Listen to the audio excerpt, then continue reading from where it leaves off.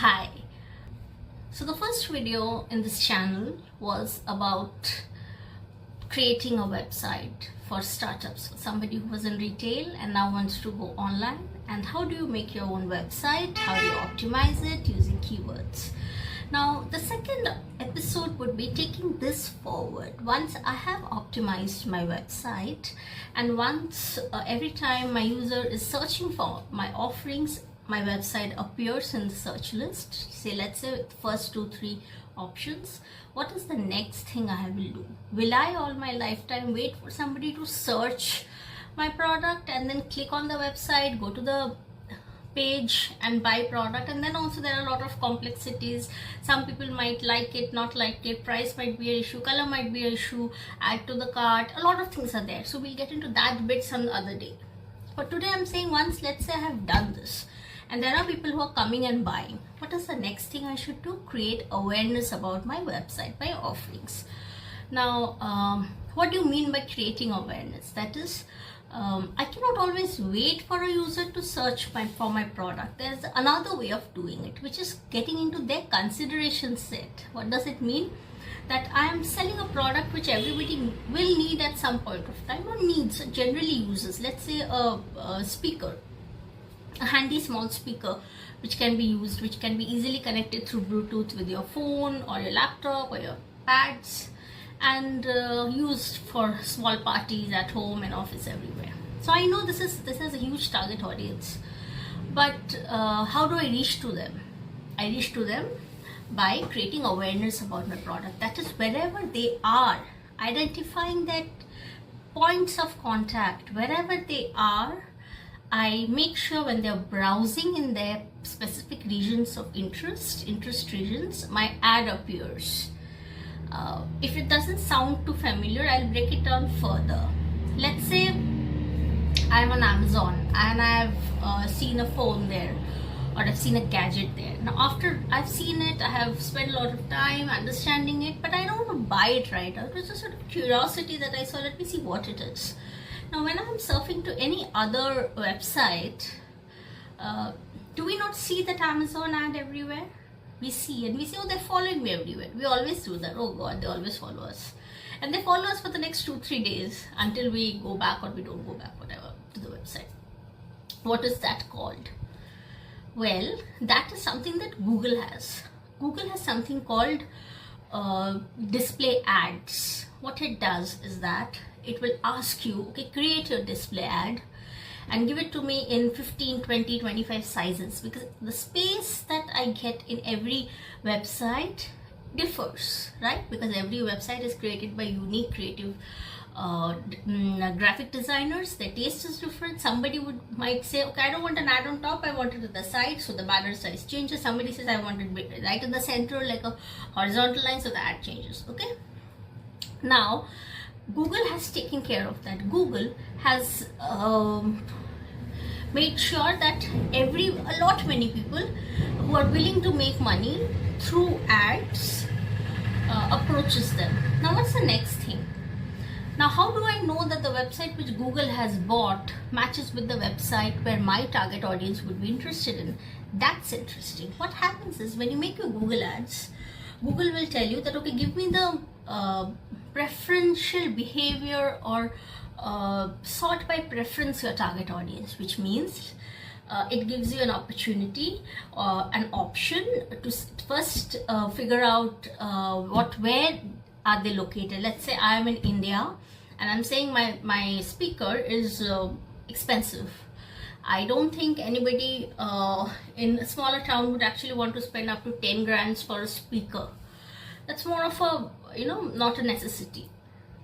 So I think I'll restrict my target audience. Where will we call it audience profiling. Where will they be located? Well, I think they can afford it only in metro, so they must be in tier 1 cities. Okay, will it be male or female? Gender neutral, right? Everybody uses it. Okay, third is, what do you think would be their browser habit? What would be the age?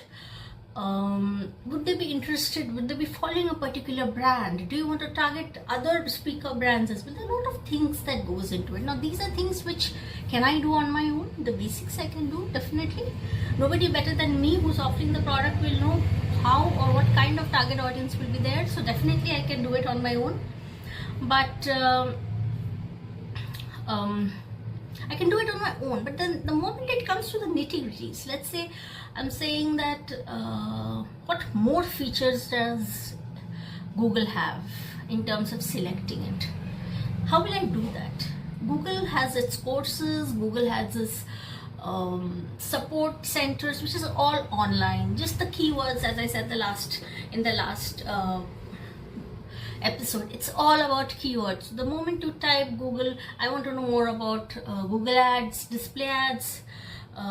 Actually it's called GDN, Google Network Display. That is, Google is displaying your ad in its existing network only to people who match with your profiling, customer profiling. Okay, if it sounds a bit complicated, just listen to it twice or thrice, and I think by the third time you'll understand. It is a bit technical, but it's easy to understand. And of course, a lot of support is there in terms of literature to understand how Google Ads, display ads work. So that's one way of doing it. Other ways would be individual ads. Let's say I have competitors. I have made a post in FB, social media. I have made a post in FB on my boat. Sorry, boat is just one of the speaker that's there in front of me, but any speaker, and I've made an ad, and now I want to target it to everybody else who's following electronics products, which could be, let's say, the Samsung page, which could be Apple page, which could be Lenovo, it could be Acer, it could be HP, it could be anything. How many I want, what is relevant, not relevant, that's something you will have to decide, because it's your product, right? A creative agency will make an ad for you. Yes, they will give you some targeting, but what do we say when we say what is the brief? You know, me coming from an agency, we always ask the first thing, what is the brief? So as an owner, as a creator, as a developer of a product, I will know that will somebody who is willing to spend 10 grand on my speaker be the same person who might have bought a 1 lakh rupees phone? Or is he somebody who would buy a 1.5 lakh iPhone? Or is it somebody who would buy, no, I'm okay with MI, 20 grand? Yeah, these could be convoluted, but this is what marketing is all about. You have to understand, you have to study. When we say research, when we say brief, this is what it means.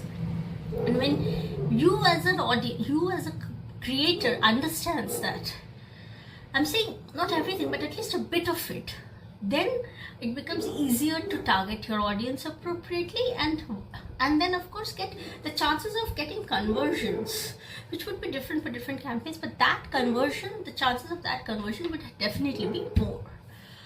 Yeah, so I hope that's clear. It's about, after creating a website, create awareness. How do we do it? Either you do it through Google Display Network ads, display ads, or you do it through individual websites, or you do it through social media. As I said, an FB campaign, the same can be done in Instagram if your product is something which the Instagram audience would respond to. You know, Instagram is not for everything. Instagram has few its do's and don'ts, which is, again, as I said in the last episode also, in fact I said in my intro also, marketing is academic. Yeah, so how do I know? It's all there. Just have to search and read and understand. In fact, Google, FB, Insta, LinkedIn, they all have their ad manager page. They all have courses which help you to understand their advertising. So with this I end this episode. Do let me know if there is an issue, and if it's not clear or any aspect of it you want me to elaborate, I'll do that in the next episode. Have a nice day, everyone. Thank you.